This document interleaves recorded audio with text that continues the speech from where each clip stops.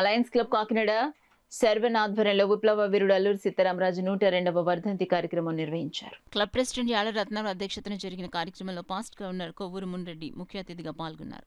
కార్యక్రమంలో భాగంగా రత్నారావు, మునిరెడ్డి సభ్యులు అల్లూరి సీతారామరాజు విగ్రహానికి పుష్పాంజలి ఘటించి నివాళులర్పించారు. ఈ కార్యక్రమంలో క్లబ్ వ్యవస్థాపకులు దిలీప్ కుమార్ సుధనాని, క్లబ్ సభ్యులు రవిశంకర్ పట్నాయక్, ఎడవల్లి మురళీధర్, టిఆర్ ఠాగూర్, నిమ్మకాల వెంకటేశ్వరరావు తదితరులు పాల్గొన్నారు. సీతారామరాజు కాంస్య విగ్రహానికి ఇక్కడ అల్లూరి సీతారామరాజు కళా పరిషత్తు, మరి క్షత్రియ పరిషత్తు ఉభయులు అందరూ కూడా ఇక్కడ నివాళులు అర్పించడానికి ఇచ్చేశారు.